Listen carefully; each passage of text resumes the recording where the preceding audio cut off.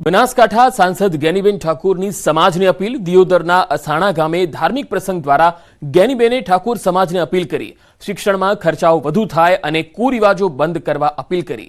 મને અભિનંદન આપવાનું મન થાય કે અસાણા ગામ પોલીસ સ્ટેશન એ ઓછું જતું હશે, નાની મોટી બબાલ થાય તો સમાધાન કરી લેવું, ફરિયાદ દાખલ થાય ત્યારબાદ અનેક ખર્ચાઓ થતા હોય છે, નહીતર સમાજવાળા ન્યાય કરશે તો તેઓ પોલીસવાળા નહીં કરે। જ્ઞાનીબેન ઠાકોરે આ વાત કહી હતી।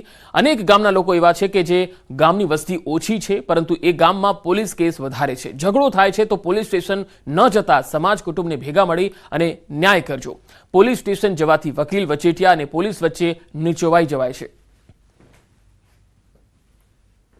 અને ફરિયાદ કોઈ પણ દાખલ થાય તો ફરિયાદ દાખલ થાય ત્યાંથી કરીને વકીલથી કરીને ડોક્ટરથી કરીને વચ્ચે સોવટિયાથી કરીને જ્યાં સુધી સમાધાન ના કરો ત્યાં સુધી જે કેસ કર્યો છે જેના ઉપર એ પણ હાથે દીધી નાખે અને જેના ઉપર થયો છે આ ફરિયાદ કરવા વાળો અને આરોપી એ બે એકદમ આખા નેસ હોઈ જાય, ધોઈ જાય અને અંતે તો પછી સમાધાન કરવું પડે। એટલે આજ આ મેલડી માતાને એટલી જ પ્રાર્થના કરજો કે ભૈયામાં, કુટુંબમાં, હગાવાલામાં કોઈની ભૂલ આવે, નાના મોટી કોઈ પણ બબાલ કે કોઈ પણ કારણોસર મન દુઃખ થાય તો મેલડી માતાને વધે રાખીને ન્યાય ગામના આગેવાનો અને હગાવાલા તોડવું, પોલીસ સ્ટેશને ના દાદા। દાહોદમાં હિટ એન્ડ રનમાં બેના મૃત્યુ થયા। જૈન સાધ્વી અને શ્રાવકનું મોત થયું। અજાણ્યો વાહન ચાલક ટક્કર મારી અને ફરાર થઈ ગયો। લીમખેડાથી દાહોદ તરફ જઈ રહ્યા હતા સાધ્વી। કંબોઈ નજીક આ અકસ્માતનો બનાવ બન્યો।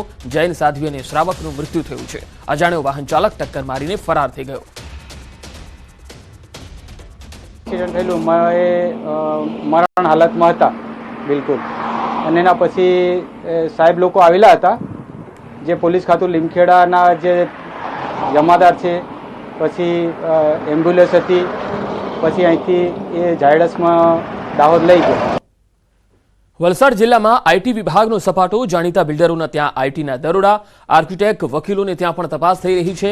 આઈટી વિભાગના દરોડાથી બિલ્ડર લોબીમાં ફફડાટ વ્યાપી ગયો છે। જાણીતા બિલ્ડરોને ત્યાં આઈટી વિભાગ તપાસ કરી રહ્યું છે। આર્કિટેક્ટ અને વકીલોને ત્યાં પણ તપાસ ચાલી રહી છે, જેના કારણે બિલ્ડર લોબીમાં ફફડાટ વ્યાપી ગયો છે।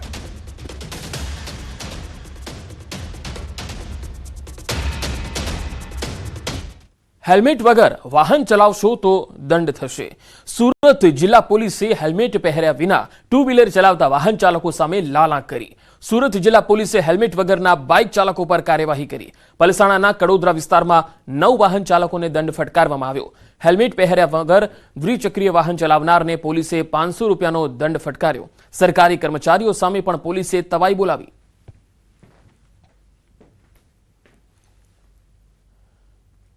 આણંદ જિલ્લામાં ગટરની અધૂરી કામગીરીથી સ્થાનિકોને હાલાકી પડી રહી છે। વલ્લભ વિદ્યાનગરમાં ગટરની કામગીરી અધૂરી છે। અરુણોદય સોસાયટીના રોડ ઉપર ગટરનું અધૂરું કામ જોવા મળ્યું। શાળાએ જતા બાળકો અને સ્થાનિકોને ખૂબ જ પરેશાની થઈ રહી છે। મુશ્કેલી પડવાના કારણે તંત્ર સામે હવે સ્થાનિકોમાં રોષ ભભૂકી રહ્યો છે।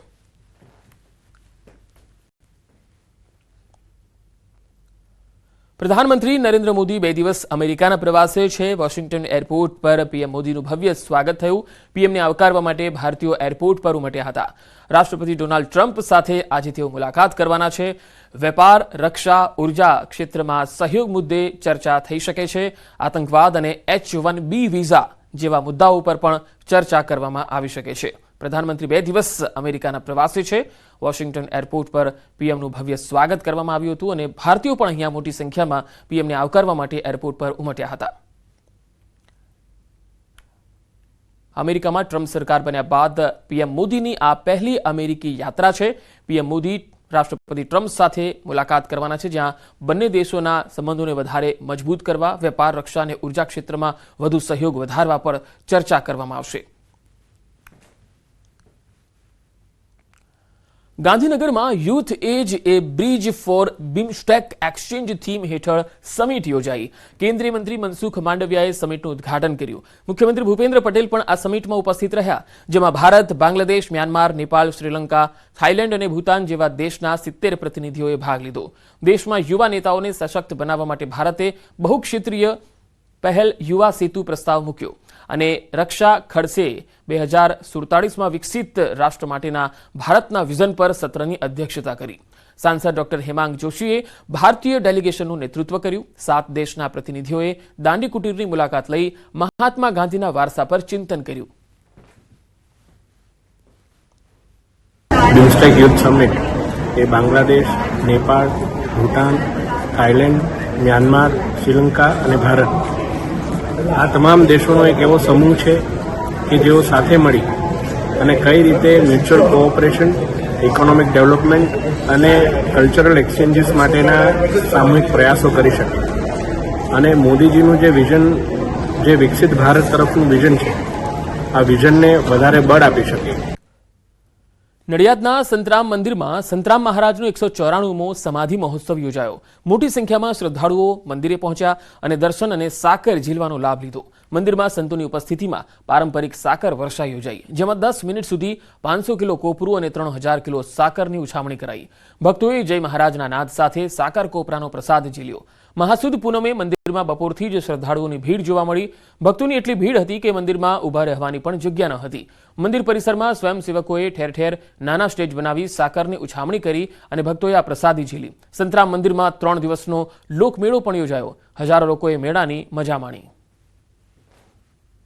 અહીંયા બહારથી ગામડાઓમાંથી પણ લોકો આવતા હોય છે અને 3 થી 7 દિવસનો મેળો હોય છે અને કેટલાય સ્ટોલ નાખવામાં આવતા હોય છે અને આ સ્ટોલની અંદર આખા ગુજરાતમાંથી લોકો પોતાની વસ્તુઓ વેચવા માટે અહીંયા આવતા હોય છે.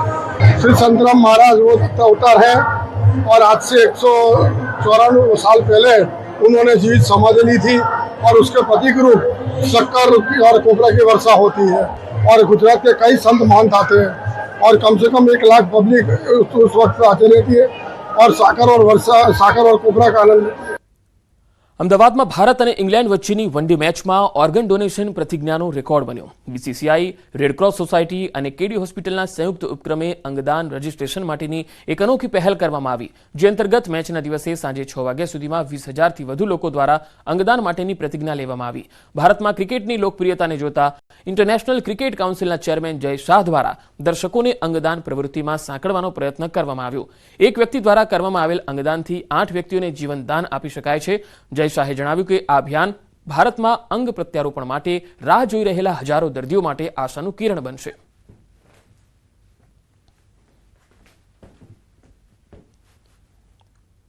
રાજ્યના વધુ સમાચારો પર નજર કરીશું. હાલ રોકાઈશું એક વિરામ માટે.